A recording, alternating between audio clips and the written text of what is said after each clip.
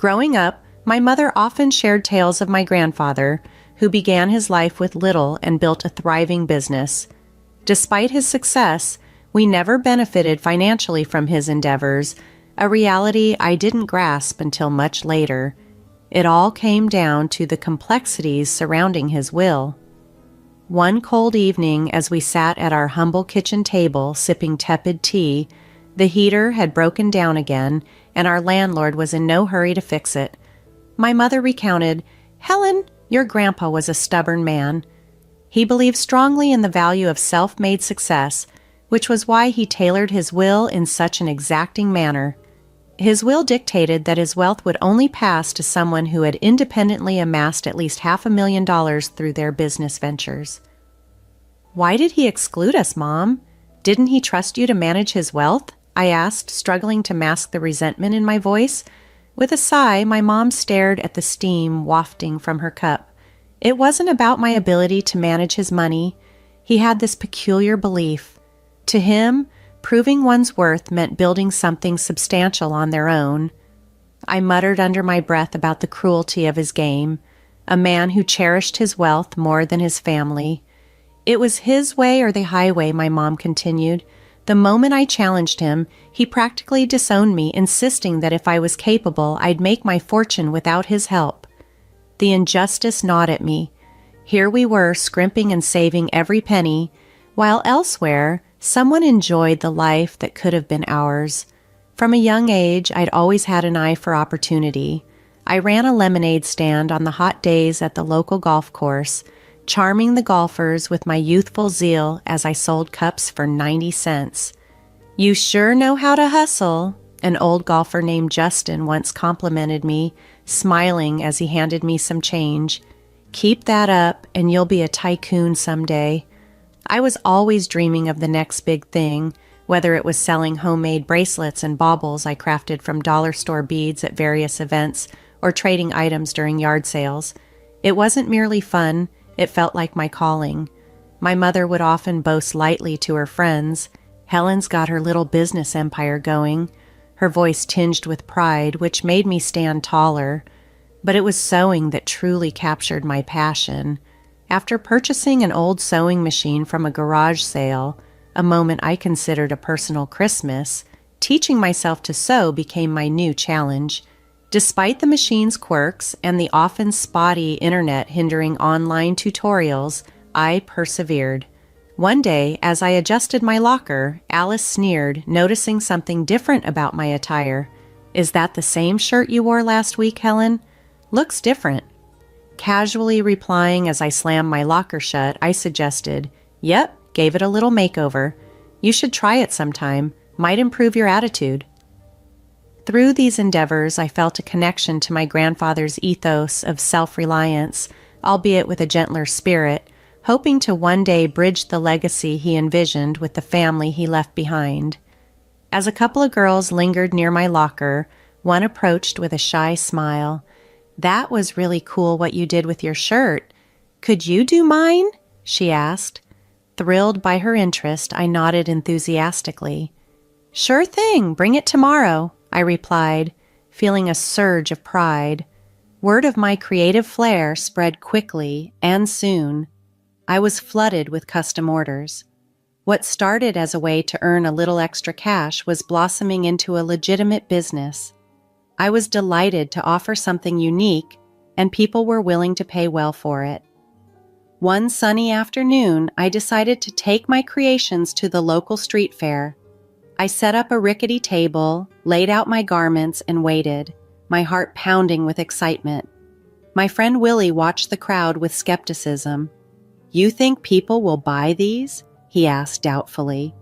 "They'd be crazy not to," I responded, my confidence surging. And buy they did. My table was a hit, swarmed by eager customers. In the bustling crowd, a guy approached, his car keys jangling. "Hey, my car broke down a block from here. Saw your stall? This stuff yours?" he asked, gesturing toward my display. "Yeah, all made by me. Need something to pass the time while waiting for a tow?" I joked, handing him a shirt. He laughed heartily. "Actually, I was wondering if you do men's stuff too?" "Sure do. I replied, showing him some pieces I'd experimented with. He examined them thoughtfully, then looked at me with a spark of interest.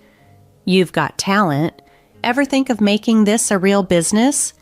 "Every day," I said without hesitation. "I'm Vincent, by the way," he introduced himself. "Helen," I replied, shaking his hand, feeling a pivotal moment unfold. As the day wound down and I counted the cash, a wave of fulfillment washed over me. "Told you they'd love your stuff," Willie remarked as we packed up. "You were right," I admitted, unable to hide my grin. It seemed I might just reach that $500,000 mark after all. After meeting Vincent at the fair, things accelerated faster than I could have anticipated. Unlike other guys I knew, Vincent came from money but had a way of making you forget it. He was relaxed, always laughing, always planning. Our casual meetings soon turned into serious dating. One day he suggested, "Helen, I think it's time you met my parents." The very thought made my stomach churn, knowing his family's old money background might make them look down on someone like me. "Are you sure?" I asked, anxiety tightening my voice. Vincent just laughed it off. "They'll love you, don't worry." The drive to Vincent's parents' house felt like the longest of my life. He chatted about everyday things, probably trying to ease my nerves, but my stomach twisted tighter with each mile. We turned into a long driveway, and there stood a massive house, more museum than home. As we approached the grand entrance, the door swung open. Vincent's mother, Mrs. Olivia, stood there impeccably dressed, making me feel suddenly underdressed despite my careful outfit choice. "Vincent, darling!" she exclaimed, embracing him warmly. Then, turning to me with a polite smile that barely masked her scrutiny, she said, "And you must be Helen. We've heard so much about you." Her words were warm, but her tone carried a chill that set the stage for an unforgettable meeting. I managed a smile as I greeted Vincent's mother. "Thank you for having me, Mrs. Olivia," I said, trying to hide my nervousness. Vincent led me inside their expansive home, where Mr. Joseph soon appeared. He was tall and had a stern demeanor, with a handshake that seemed more like an evaluation than a greeting. "Helen, a pleasure," he stated, his voice deep and devoid of warmth. We moved into their living room, which was as grand and unwelcoming as a museum hall, where everything felt overly stiff and formal. They engaged in small talk while I mostly nodded and smiled, feeling completely out of place. Dinner was served in a dining room that looked like it belonged in a glossy magazine, complete with crystal and fine china that seemed too precious to use. As we sat down to eat, Mr. Joseph began what felt like an interrogation. "So, Helen, Vincent tells us you're into fashion design?" he said, scrutinizing me as if I were a puzzle he needed to solve. "Yes, I run a small business designing and selling clothes," I replied, my voice steady despite the tension. Self-made then. How entrepreneurial," he remarked dryly, making it sound less like a compliment and more like a mere curiosity. Mrs. Olivia then joined in, her smile tight. "And your family, dear? What do they do?" "It's just me and my mom. She's a nurse," I answered, feeling the weight of each word. "Oh, I see," Mrs. Olivia responded, exchanging a meaningful look with her husband that I couldn't quite decipher. The conversation limped along until coffee was served, and then Mrs. Olivia's polite facade finally slipped. "Helen, I must be honest, we have certain expectations for Vincent, and his partner's background is important for maintaining the family's reputation and legacy," she declared, her tone chilling. She then set her fork down and continued bluntly, "Well, it's clear you've achieved quite a bit despite your background, but I don't think you're suitable for our son. I'm afraid," she concluded, her words striking like a cold slap. Stunned, I could only sit there as she rose from the table and left the room without another word. Vincent quickly tried to console me, his face flushed with embarrassment. "Helen, please don't take it to heart. She's just set in her ways," he attempted to reassure me. But the damage was done, and the evening had turned into a harsh revelation of where I stood with his family. Despite the frosty encounter, Vincent proposed that night. We became engaged, and while I was thrilled about us, the cool disdain from his parents was hard to ignore. A few weeks later, Mrs. Olivia called me, her voice as formal as ever. "Helen, I'd like you to come over. We need to discuss something important." When I arrived, both of Vincent's parents were waiting in their cold, unwelcoming home. Without any pleasantries, Mrs. Olivia began, her tone sharp and hostile. "Helen, we've investigated your background thoroughly," she said.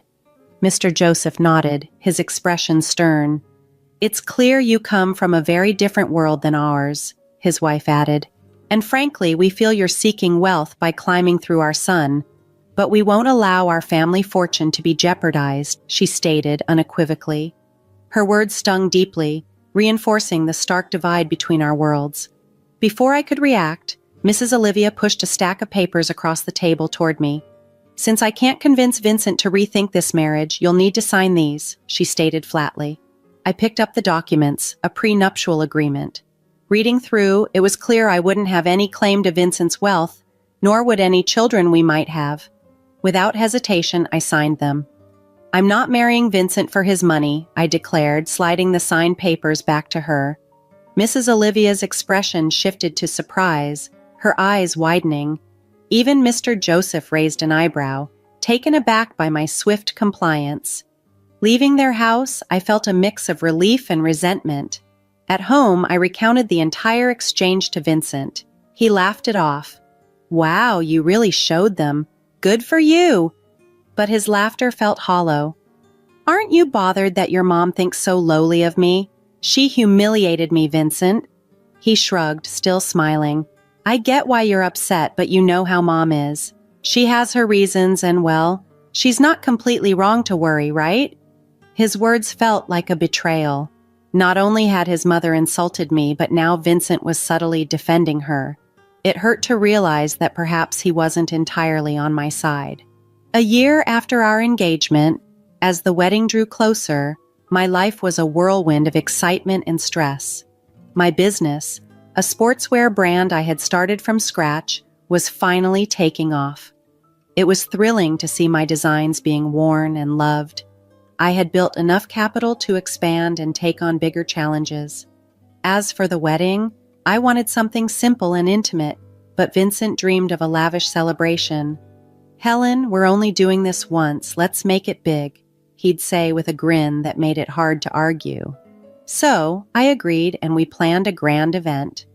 I found myself sharing the costs for a grand venue, exquisite catering, and a band that kept our guests dancing all night. I managed to snag some deals, haggling discounts wherever I could. Old habits die hard. The wedding day was perfect, at least on the surface. Our guests seemed to have the time of their lives, and Vincent and I couldn't stop smiling. We were floating, caught up in a bubble of joy. However, not everyone was caught up in the festivity.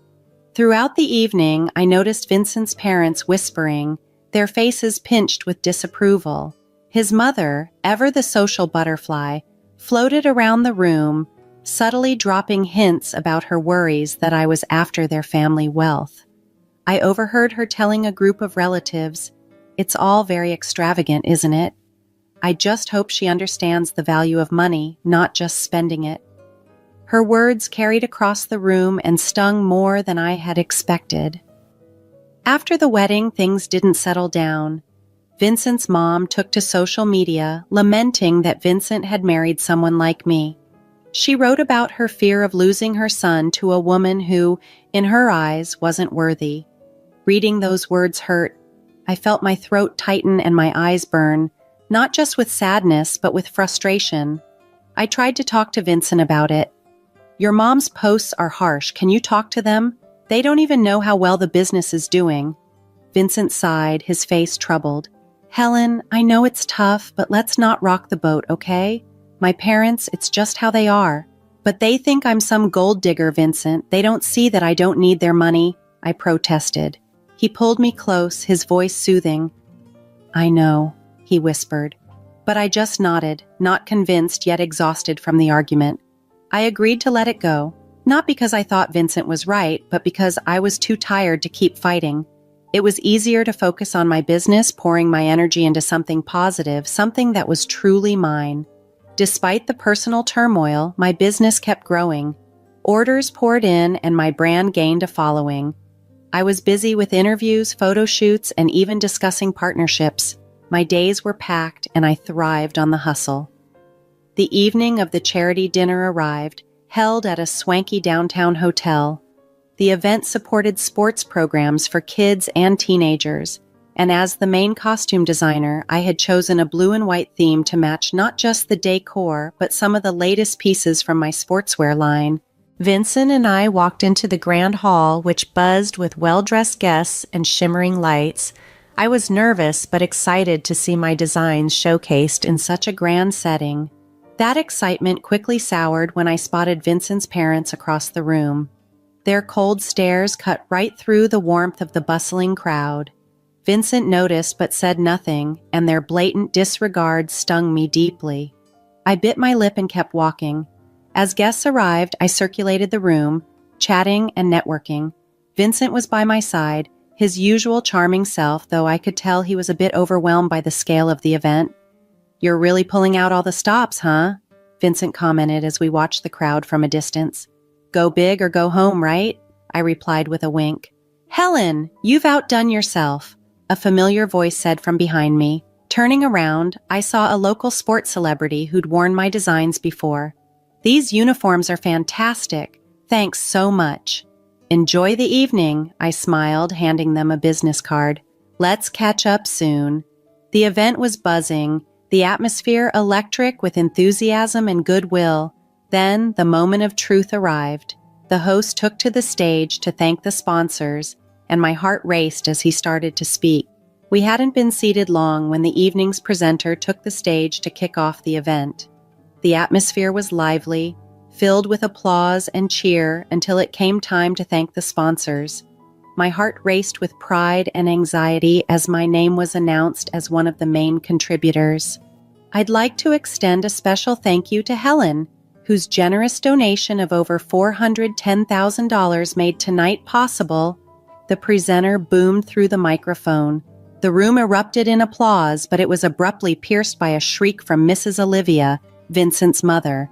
"Absolutely not," she screamed, drawing the room into a shocked silence. She demanded a microphone, and once it was handed to her, she didn't hesitate. "This is preposterous. Helen couldn't possibly afford this. She's nothing but a poor beggar using my son's money. She's a cunning predator sneaking into our family to bankrupt us." Her words echoed through the hall, venomous and loud. The presenter, taken aback but composed, quickly tried to correct the situation. "Mrs. Olivia, I assure you are mistaken. Helen's company is extremely successful and fully capable of such generosity. I know this firsthand." The crowd murmured, the tension palpable. Then, in an unexpected move, the presenter passed the microphone to Vincent, hoping for him to clear the air. Vincent's face was a mix of embarrassment and conflict. He glanced at his parents, then at me, his voice barely a whisper as he spoke into the microphone. "I have nothing to say." And with that, he walked over to his parents, leaving me standing alone amidst a sea of whispers. The weight of the moment settled heavily on my shoulders.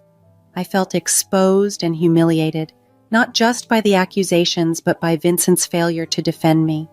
But it was Vincent's refusal to defend me, to affirm the truth about my success, that tarnished the pride I had felt in my contribution. It was overshadowed by the unfolding drama. Determined to reclaim my narrative, I stepped toward the microphone, my heart pounding but my resolve clear. "Good evening, everyone. Thank you for being here tonight," I began, my voice steady despite the tumult of emotions swirling inside me. "Tonight, I'd like to share something very personal about my journey." The room fell silent, all eyes on me. I continued. "I started as a street entrepreneur, driven not just by the need to make ends meet, but by a dream. That dream led to the creation of a sportswear brand that many of you know now." I paused, scanning the room, meeting the eyes of young athletes and seasoned businessmen alike. When my company's profits hit $500,000, I fulfilled a promise to a very special person, my grandfather. My voice grew stronger as I spoke. He left a will stating that his inheritance would go to a relative who made their success, reaching that exact figure in their business. Whispers filled the hall as I let that sink in. That inheritance has been used to fuel not just my personal growth, but to give back through charity, much like tonight's event. The crowd listened, some nodding as I unfolded more of my story. After the pandemic, my business didn't just survive. It thrived, growing several times over. Every challenge I faced was a stepping stone. As I stand before you, I am not just a business owner, but someone who believes in the power of perseverance and dedication. The room erupted into applause, some guests standing in ovation. I scanned the crowd, seeing faces light up with respect and admiration. But my eyes briefly caught Vincent's parents. Their expressions, once haughty, now showed disbelief and embarrassment. They quietly exited the hotel. Vincent, looking equally shaken, tried to approach me, muttering an apology. "Helen!" I just shook my head and walked past him, my emotions a mix of triumph and heartache. I needed space, not just from the evening's drama, but from everything. I decided to stay at the hotel that night, alone with my thoughts. Later, as I sat in the quiet of my hotel room, my phone rang. It was my mom. Her voice was thick with emotion. "Honey, I saw everything. I just want you to know how proud I am to see you stand up there, telling your story and reclaiming your truth. You're everything I hoped you'd be." After spending a night at the hotel to clear my head, I returned home. The place felt different, heavier somehow, as if the walls themselves held the tension from the last few months. Vincent was there, waiting. As soon as he saw me, he tried to apologize again. "Helen, I'm so sorry about everything. Can we just forget all this and start over?" he pleaded, his voice desperate. I shook my head, the decision heavy on my heart but clear in my mind. "Vincent, I can't. I don't want to be with someone who can't stand up for me, who sides with his parents over his wife. It's not just about last night. This has been building for a long time." His face fell, mirroring the sadness of our unraveling. As Vincent reached out, I instinctively stepped back. "I'm filing for divorce," I said firmly. Without waiting for his response, I gathered a few essentials and left for my mother's house, the one I recently bought with the inheritance from my grandfather. It felt like a sanctuary after the storm.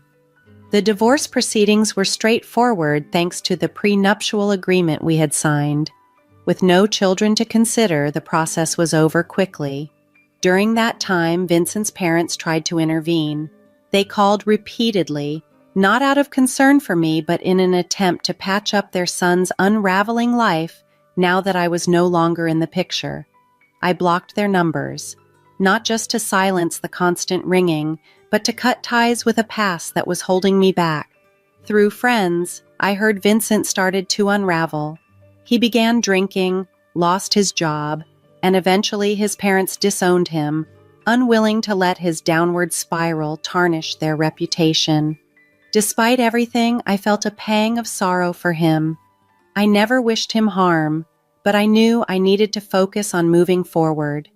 Living at my mother's place provided the peace I needed to contemplate my next steps. My business was still thriving, and I poured more of myself into it, not just as a distraction from the divorce, but to rebuild stronger foundations for my future.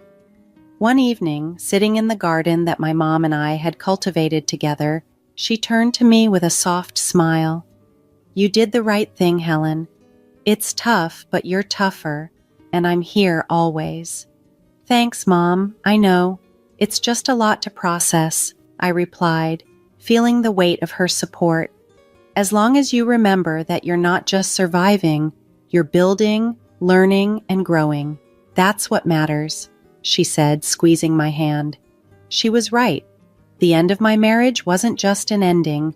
It was the gateway to a new chapter, one where I could make decisions without second-guessing whether someone had my back. It was a new beginning where I could stand on my own, not just as a successful businesswoman, but as a person reshaped by her experiences. Each step forward was now shaped by self-assurance and an enduring resolve to live life on my terms, strengthened by the trials I had overcome.